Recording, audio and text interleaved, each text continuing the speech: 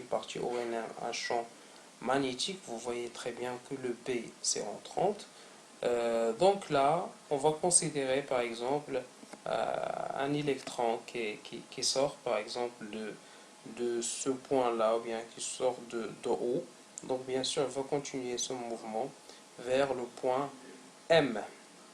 Voilà, une fois qu'il arrive au point M, bien sûr, vous voyez toujours que la vitesse elle est tangentielle. Donc une fois qu'il arrive au point M, il va continuer, donc il va sortir de ce champ magnétique. Donc il n'y aura plus la force magnétique, bien sûr, qui oblige l'électron d'avoir ce trajectoire qui est circulaire. Donc il va continuer directement son mouvement afin de tomber sur l'écran. Donc déviation magnétique, ça veut dire détermination de cette distance-là qui est bien sûr au prime P et cet angle alpha qui est l'angle de déviation.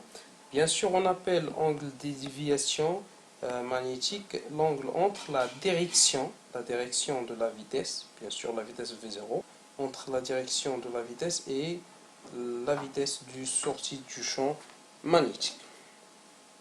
Donc, la spectrographie de masse, c'est un appareil où règne le vide et qui permet de trier des ions de masse différentes et de séparer les isotopes d'un élément. Voilà. Donc, il comporte trois parties. Donc, la première partie, c'est la chambre d'ionisation. D'ionisation, c'est la chambre qui nous permet de produire des ions euh, qui, bien sûr, ces ions sont de masse différente, mais de même charge. Et une chambre d'accélération, c'est cette chambre-là, où règne, donc là, il règne un champ électrique, ou bien un champ électrostatique qui permet d'accélérer ces ions. Donc, il les accélère. Donc, ces ions ils vont sortir de ce point, ou bien de cette deuxième plaque, car on est là entre deux plaques, c'est une sorte bien sûr de condensateur. Donc dans ce point-là, ces ions sortent avec une vitesse V0. Donc voilà. Après, dans cette deuxième chambre de déviation, donc chaque élément il est dévié d'une manière différente que de l'autre, ou bien chaque élément il nous donne un demi-cercle de rayons différents. Donc, qu'est-ce qui fait la différence, bien sûr? Ce qui fait la différence, c'est la masse de ces ions produites dans la chambre d'ionisation. Donc, voilà, les trois chambres, ils sont devant vous, ou bien les trois chambres, ils sont devant vous, voilà. Donc, bien sûr, euh, une fois l'ion est produit dans la chambre d'ionisation, elle passe directement de la plaque P1 vers la plaque P2.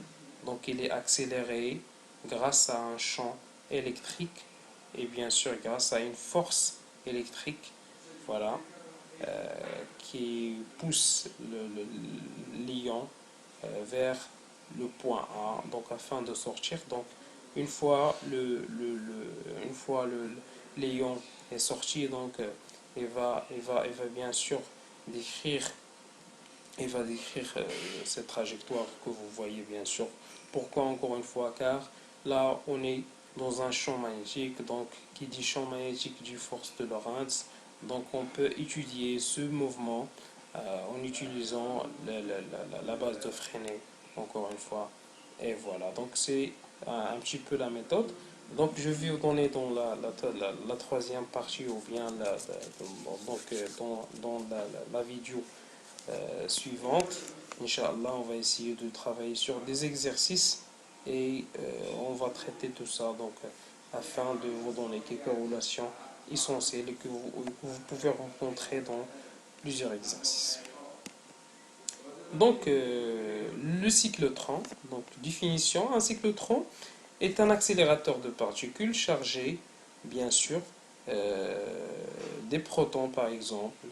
Elle est formée de deux demi-cylindres, donc voilà, vous pouvez voir ici Donc le premier D, ou bien le premier demi-cylindre, et le deuxième D, ou bien le deuxième demi-cylindre. Donc vous voyez entre ces deux cylindres, vous voyez qu'il y a un vide. Donc là, il règne un champ électrique. Alors que pour ces deux demi-cylindres, donc il y a un champ magnétique uniforme. Donc sa direction est parallèle à l'axe de ces demi-cylindres. Un champ électrostatique E variable peut être établi dans l'espace étroit qui sépare les deux dés. Donc il permet d'augmenter la vitesse de protons à chaque fois qu'ils pénètrent dans cet espace. Ces protons accélérés peuvent être utilisés comme projectiles pour réaliser des réactions nucléaires provoquées. Donc voilà. Là, il y a un champ électrique. C'est bon? Le rôle du champ électrique, c'est d'accélérer les particules qui sortent, que ce soit de ce premier dé ou bien du deuxième dé.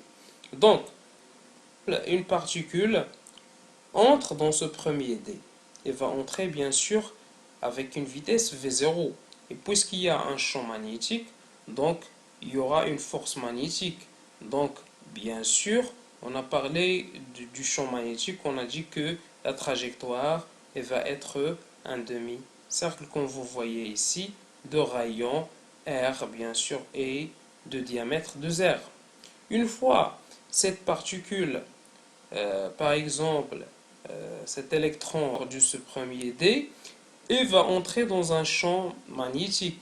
Donc ce champ magnétique, quel est son rôle? Il va nous accélérer cette particule. Donc une fois cette particule est accélérée, donc cette particule va y avoir une deuxième vitesse V2 supérieure à la vitesse initiale V1. Donc ce qui fait que dans ce champ magnétique, il y aura un déplacement, encore une fois, de cette particule, mais cette fois-ci avec quoi bien sûr? Avec avec avec un rayon R2 qui est plus grand que R1. Est-ce qu'on est d'accord? Donc voilà, donc il va rentrer cette particule va rentrer dans ce champ encore une fois électrique. Donc il va être accéléré encore une fois. Donc il va y avoir une vitesse V3. Donc ce qui fait que notre particule va y avoir bien sûr, il va y avoir un rayon ou bien un diamètre plus grand que le rayon initial. Donc, et voilà, et ainsi de suite.